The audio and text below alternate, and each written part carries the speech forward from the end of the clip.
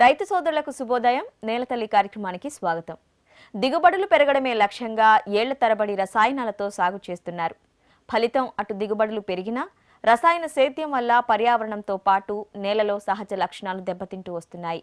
మోతాదుకు మించి రసాయనాలు వాడుతూ పైగా ఒకే పంట విధానం వల్ల నేల సారం కూడా పూర్తిగా తగ్గిందనే చెప్పాలి. మరి ముఖ్యంగా తెలుగు రాష్ట్రాల్లో సారవంతమైన భూముల శాతం చాలా తగ్గిపోయాయని నిపుణులు కూడా తేల్చి చెప్పిన పరిస్థితి. అదే క్రమంలో ఒకవైపు ప్రకృతి వ్యవసాయం పెరుగుతున్న తరుణంలో సాగు భూముల్లో సారాన్ని పెంచే మార్గాలు ఏమున్నాయి? అదేవిధంగా సేంద్రియ వ్యవసాయంలో వాణిజ్య పంటలే కాకుండా రైతులు ఆర్థికంగా బలపడడానికి ఉద్యాన పంటల్లో మిశ్రమ పంటల సాగు ఏ విధంగా ఉపయోగపడుతుంది అనే విషయాలపై సందేహాలు నివృత్తి చేసేందుకు ప్రకృతి వ్యవసాయ నిపుణులు హరిబాబు గారు లైవ్లో సిద్ధంగా ఉన్నారు. స్క్రీన్పై కనిపించే నంబర్లకు కాల్ చేసి రైతులు తమ సందేహాలను తెలుసుకోవచ్చు. సార్, రసాయనాలు వాడకం అంటే వాడకానికి మించి ఎక్కువగా వాడుతున్న సందర్భంలో భూమిలో సారం పెంచే మార్గాలు ఏమున్నాయంటారు?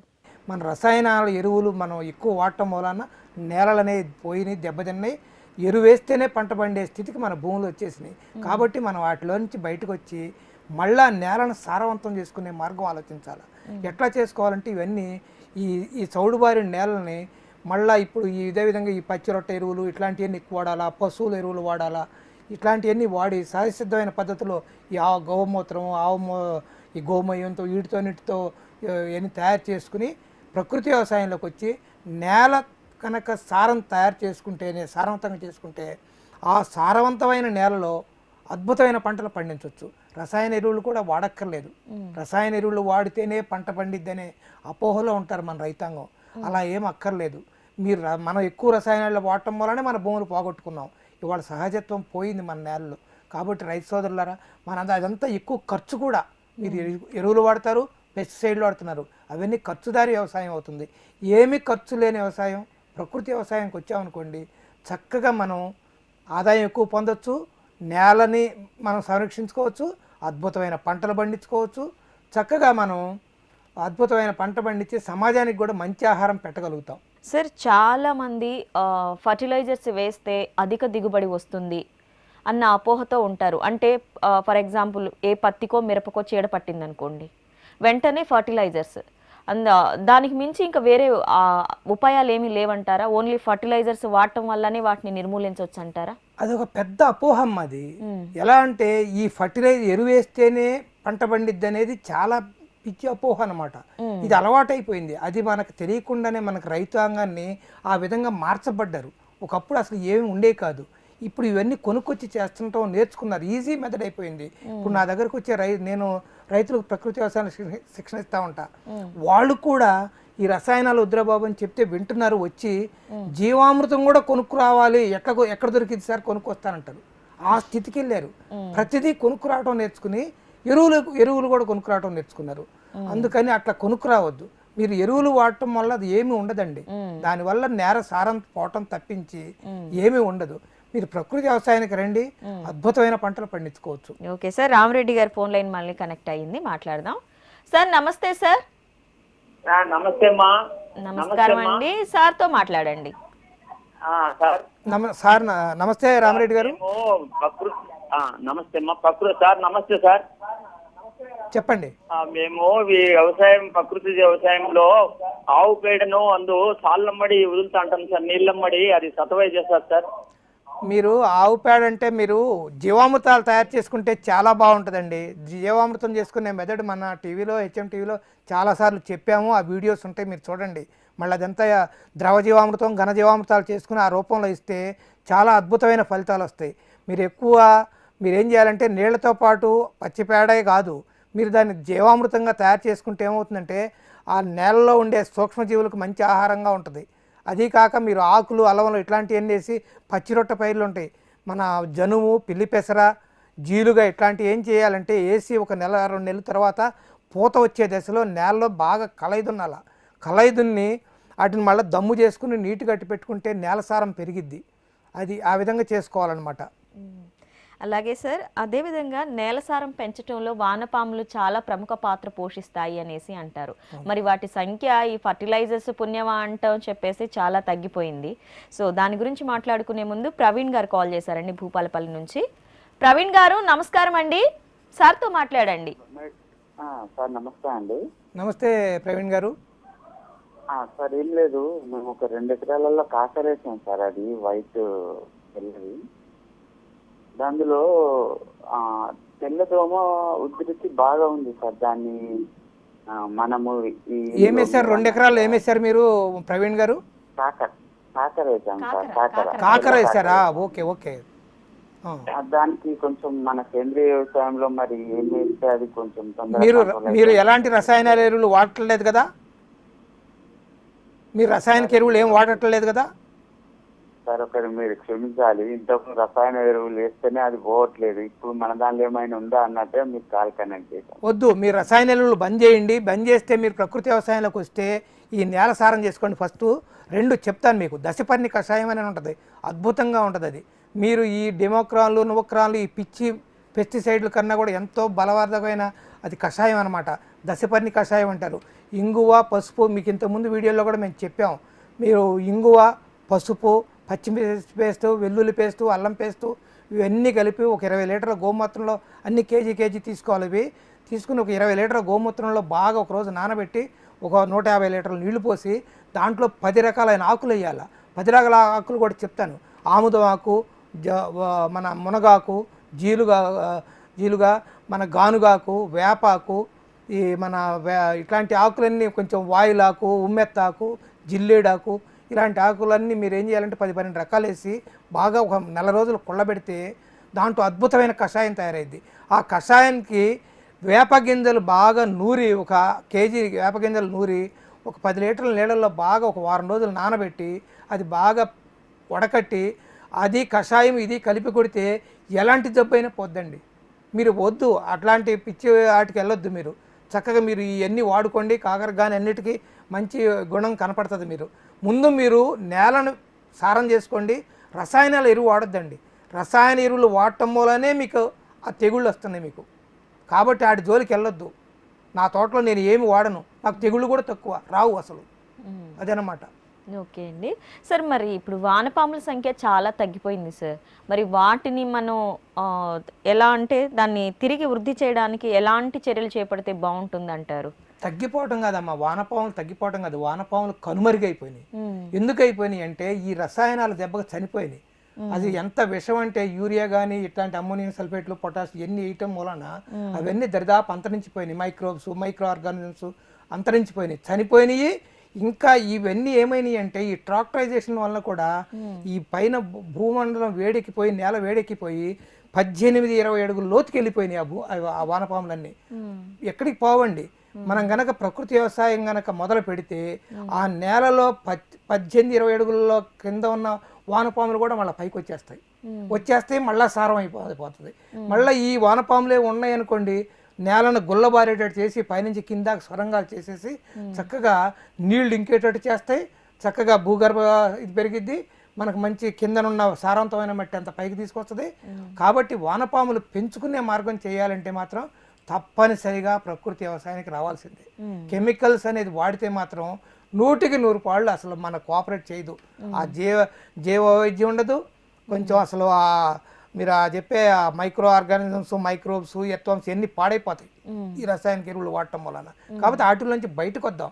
బయటకు వచ్చి ఈ ప్రకృతి వ్యవసాయం అంటే న్యాచురల్ ఫార్మింగ్కి వెళ్దాం. గో సంబంధమైన జీవామృతాలు, ఘనజీవామృతాలు ఇట్లాంటివన్నీ ఉపయోగించుకుంటే మాత్రం నేల సారం అవుతుంది. ఆ రైతులు అసలు భయపడాల్సిన విషయం ఏం లేదండి. మీరు ఎరువు వేస్తేనే పంట పండిద్దనే అపోహలో ఉన్నారు. మనకు అది 60 సంవత్సరాల నుంచి నేర్పారు. ఆ విధంగా దాంట్లో నుంచి బయటకు వద్దాం.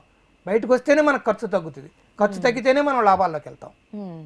ఓకే సార్, మనకి ముత్యన్న గారు కాల్ చేశారు సార్ ఆర్మూర్ నుంచి. ముత్యన్న గారు నమస్కారం అండి, సార్తో మాట్లాడండి. నమస్కారం. నమస్తే ముత్యన్న గారు. సార్ మాకు కొద్దిగా చౌడు నేలున్నది. ఓకే, నమస్కారం సార్. నమస్తే ముత్యన్న గారు, చెప్పండి, జల్దీ చెప్పండి. మాకు ఆర్మూరు, మాది కొంచెం చౌడు నేలున్నది. దాంట్లో సీతాఫలం పెట్టాలనుకుంటున్నాము. ఓకే, దాంట్లో దాని వస్తుందా? చెప్తా అర్థమైంది. మీ చౌడు నేలను ముందు మార్చుకునే పద్ధతి చేయండి. ఎందుకంటే ఎక్కువ రసాయనాలు వాడటం వల్ల కానీ, లేదా నీటి నిల్వ ఎక్కువ, సారగుణం ఉన్న నీళ్లు ఎక్కువ మీరు వాడి ఉంటారు పాత రోజుల్లో. వాటన్నిటితో ఏమవుతుందంటే మీ భూమి పైపొరలు ఓ, ఈ చౌడు దేరిపోతుంది. తెల్ల చౌడని, కారు చౌడని, ఇట్లాంటి 3-4 రకాల చౌడులు ఉంటాయి. ఈ చౌడు దేరిపోయిన భూములకి ఏం చేయాలంటే మళ్ళీ మనం మార్చుకోవచ్చు. అది ఏమి లేదు, మీకు గనక నీటి వస్తుంటే కొద్దిగా ఈ ఇందాక చెప్పినట్టు జీలుగా, పిల్లి పెసర, ఈ పచ్చిరొట్ట ఎరువులు ఉంటాయి అన్నమాట, జనుము, ఇలాంటివన్నీ వేసేసి సంవత్సరానికి ఒకటి చొప్పున వేసేసి కలయి దున్నేయాల. కలయి దున్నాల ఒకటి. 2, ఇది ఇరవాలంటే నీళ్లు ఏం చేయాలంటే ముందు మడులుగా చేసి నీళ్లు నిలవగట్టుకోవాలి. నిలవగట్టుకుంటే ఆ క్షారగుణం అంతా అడుగు ఇంకిపోద్ది. ఇంకా మిగిలింది ఏం చేయాలంటే అదంతా నీళ్ళల్లోంచి బయటికి వెళ్ళిపోయేటట్టు డ్రైనేజ్ కాలువల ద్వారా బయటికి పంపించేయాలి నీళ్లు. అంటే మనం స్నానం ఎట్ట చేస్తామో భూమిని కూడా ఆ విధంగా కడిగితే ఆ క్షారగుణం వెళ్ళిపోతుంది. కాబట్టి ఆ విధంగా మార్చొచ్చు. ఒకటి పచ్చిరొట్ట పైర్లు, ఒకటి పశువుల ఎరువులు, ఒకటి ఇవన్నీ ఉపయోగిస్తే మీ భూమి మారుతుంది. మారిన తర్వాత మీ దాంట్లో మీరు సీతాఫలం ఏంటి, ఎలాంటి హార్టికల్చర్ క్రాప్లైనా వేసుకోవచ్చు మీరు. ఓకే సార్, నెక్స్ట్ మనకి గుంటూరు నుంచి కోటేశ్వరరావు గారు కాల్ చేశారు. కోటేశ్వరరావు గారు నమస్కారం అండి. నమస్తే మేడం గారు. నమస్తే అండి, మీ సమస్య ఏంటో సార్ని అడగండి. అది అండి, ఇప్పుడు పొన్ను సంవత్సరం నూనెలో వాడుతున్నామండి. ఓకే. అయితే దానివల్ల నేల ఏమన్నా పాడైపోతుంది, నేల చెట్టుగా నష్టం అండి భూమికి? ఏమీ పాడైపోదండి, అది అద్భుతంగా పనిచేస్తుంది. ఎందుకంటే నేను వాడాను, ఉపయోగించాను, నా నేలలో గుణం కనపడింది. అది ఎందుకంటే నేను ఇప్పుడు కాకపోతే నా నేల మళ్ళా 5 సంవత్సరాల నుంచి నేను ప్రకృతి వ్యవసాయంలోకి వచ్చిన తర్వాత మళ్ళీ మామూలు 60-70 సంవత్సరాల క్రితం ఏ విధంగా ఉందో ఆ విధంగా వెళ్ళబట్టి నేను తగ్గించాను. కానీ ఇప్పుడు నూనెలో చాలా మంచిదేనండి అది. కాకపోతే ఏంటంటే అందరూ వాడితే కాస్ట్లీ ప్రాసెస్, సాధ్యమైనంత వరకు ఎక్కువ కొనుక్కు రాకూడదు, బయట నుంచి రైతు కొనుక్కు రాకుండా వ్యవసాయం చేయాలనే ఆలోచనతో నేను చెప్పటం తగ్గించాను. కానీ అద్భుతమైన ఫలితాలు ఉంటుందండి దాంట్లో. నీకు చెట్టులో ఉన్నదంతా బలం అంతా కాయలో విత్తనం పువ్వులోకి వెళ్తుంది, పువ్వు నుంచి కాయలోకి వెళ్తుంది, కాయ నుంచి గింజలోకి వెళ్తుంది, గింజ నుంచి ఆ టెంకిలోకి వెళ్తుంది, ఆ గుజ్జులో ఉంటుంది మొత్తం అంతా. దాంట్లో నుంచి తీసిందే మన నూనె.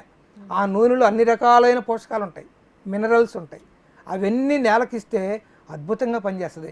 నేను 10-12 రకాలైన ఆయిల్స్ తీసుకొచ్చేసి చక్కగా కలిపి నేను సంవత్సరానికి ఫస్ట్ 2 సంవత్సరాలు అయితే 200 కేజీలు వాడా, తర్వాత అయితే 100 కేజీలు దాకా, ఇప్పుడైతే తగ్గించేశాను.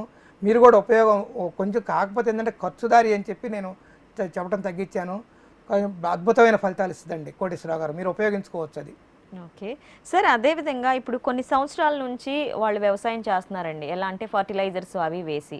కానీ ఉన్న పళ్ళంగా మనం ఎలాంటి రసాయనాలు వాడకుండా ప్రకృతి వ్యవసాయానికి మలుచుకునే దీనికి ఉందా, అవకాశం ఉంటుందా? దీని గురించి మాట్లాడుకునే ముందు మనం కరీంనగర్ నుంచి కాల్ చేశారండి, మాట్లాడదాం. నమస్కారం అండి. లక్ష్మణ్ గారు, మీ సమస్య ఏంటో సార్తో మాట్లాడండి. హరిబాబు గారు నమస్తే అండి. నమస్తే లక్ష్మణ్ గారు, చెప్పండి. అయితే సార్ మీరు ఇప్పుడు మన చౌడు నేల ఎట్లా చౌడు పోవాలని చెప్పారు. మనం జీవామృతం ఇస్తే భూమి సారవంతం అవుతుంది. Okay sir. అయితే సార్ ఇక్కడ ఇంకొక విషయం ఏంటంటే మా ప్రాంతంలో కొన్ని బావులలో నీళ్లు చౌడు నీళ్లు ఉన్నాయి సార్. క్షారగుణం ఉన్న నీళ్లు ఉన్నాయండి, కరెక్టే. ఆ నీళ్లను ఎట్లా మార్చుకోవాలి? మనం ఆ నీళ్లు పెట్టినప్పుడు భూమి చౌడు అయిపోతుంది. అవునండి. ఆ నీళ్లను బలం ఎట్లా చేసుకోవాలి? మన భూమి అంటే అర్థమైందండి. మీరు దాంట్లో pH తెలుసుకుంటానికి మీరు ముందు భూసార పరీక్షలతో పాటు నీళ్లు కూడా టెస్ట్ చేయించాల్సిందేనండి. మీరు నీళ్లు కూడా టెస్ట్ చేయించితేనే మీకు ఉపయోగం అవుతుంది. లేకపోతే ఆ క్షారగుణం ఇంకా పెరిగిద్ది. అది ఆ నీళ్ళతో చాలా ఇబ్బంది అనమాట. అది ఇంకా భూమి పాడైపోవటమే జరుగుతుంది. కానీ అది ఉండదు. కాకపోతే మీరు భూసార పరీక్షలు చేయించి ఆ తరువాత మీ నేలలు మళ్ళా పాత స్థితికి వచ్చేటట్టుగా మీరు మార్చుకుంటేనే మీకు పనికి వస్తుంది అనమాట. అదేవిధంగా కంటిన్యూ చేస్తే వ్యవసాయం అంత గిట్టుబాటు కానీ వ్యవసాయం అవుతుంది. ఓకే సార్, మనం ఫర్టిలైజర్స్ వాడి చేసిన వ్యవసాయాన్ని తిరిగి ప్రకృతి వ్యవసాయంగా మార్చుకునే వెసులుబాటు ఉంటుందా? ఉంటుందమ్మా, ఇమ్మీడియట్ ఉంటుంది. అందరూ అపోహ ఏంటంటే ఈ రసాయనాల వ్యవసాయం వాడిన తర్వాత మళ్ళీ కొంతకాలం 3-4 ఏళ్ళు పంట పండదేమో, క్రాప్ తగ్గిద్దేమో, ఇలాంటి అపోహలు ఉన్నాయి. ఎలాంటి అపోహలు అక్కర్లేదండి. మీరు 1 సంవత్సరం లోపల నుంచే మనం అసలు మొట్టమొదటి పంట నుంచే క్రమేపీ మార్చుకుంటవచ్చు. కాకపోతే ఏంటంటే బిగినింగ్ మనం ఆ రసాయనాలు వేయటం వలన ఆ ఇమ్మీడియట్ ఎఫెక్ట్తో కొంచెం పంట కనపడిద్ది. కానీ నేనైతే ఓవర్ నైట్గా నేను 2015 సెప్టెంబర్ నుంచి బంద్ చేసా. ఓవర్ నైట్ బంద్ చేసా, ఒకే రోజు బంద్ చేసా. బంద్ చేసేసి మెల్లగా ఘన జీవామృతాలు తీసుకున్నా.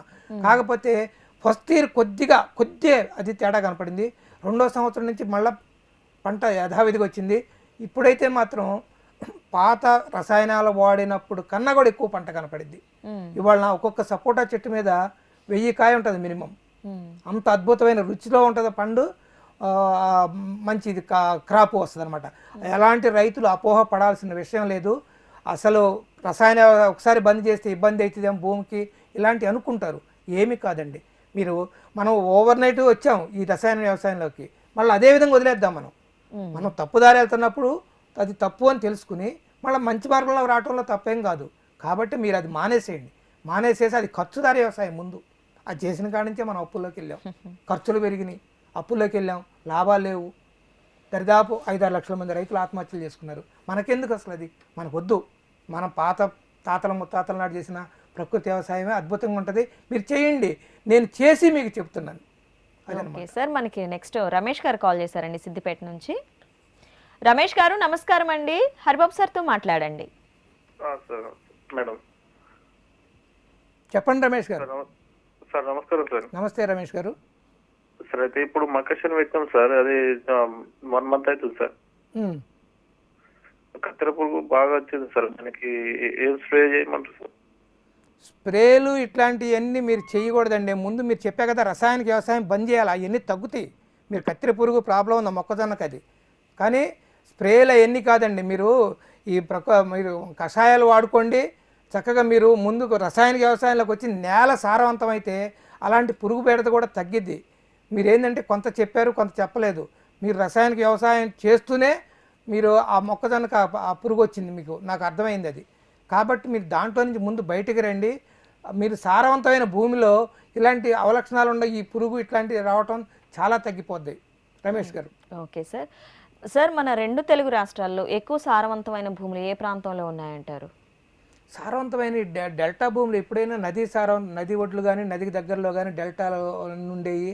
ఇప్పుడు ఆ భూములు కూడా మనం రసాయనాలు ఎక్కువ వాడటం మూలాన అవి కూడా సారహీనం అయిపోయినాయి అమ్మా. దరిదాపు ఎక్కడ కొంచెం మెట్ట భూములు ఉంటాయి ఆంధ్రాలో కానీ తెలంగాణలో కానీ, కొంచెం అప్లాంట్స్ తెలంగాణలో ఎక్కువ బాగా ఉంటుంది. ఎక్కువ ఏంటంటే ఈ కాలువ కింద పారుదల సౌకర్యం లేకుండా మెట్ట ఉంటుంది కదా, ఆ భూములన్నీ ఇంకా ఎక్కువ కలుషితం కాల, చాలా బాగుంటాయి అవి. వాటిల్లో ఎరువులు తక్కువ వాడారు కాబట్టి అవేమి బాగుంటాయి. వాటిల్లో కూడా ఇప్పుడు ఏం చేయాలంటే ఇప్పుడు ఇవన్నీ మానేసేసి సంవత్సరాలు ఈ చక్కగా ఈ ప్రకృతి వ్యవసాయంలోకి వస్తే అద్భుతమైన పంటలు తీసుకోవచ్చు. మనం ఏమి అసలు ఆలోచించాల్సిన విషయం కూడా కాదు. మీరు మన ఈ హార్టికల్చర్ క్రాప్లు వాడితే ఇంకా తక్కువ నీళ్లతో ఎక్కువ వ్యవసాయం కూడా చేసుకోవచ్చు. ఇప్పుడు తెలంగాణ, ఇప్పుడు మన రాష్ట్రం ఉంది, ఇక్కడ బోరు బావులు ఎక్కువ ఉంటాయి. 24-25 లక్షల బోర్లు ఉంటాయి.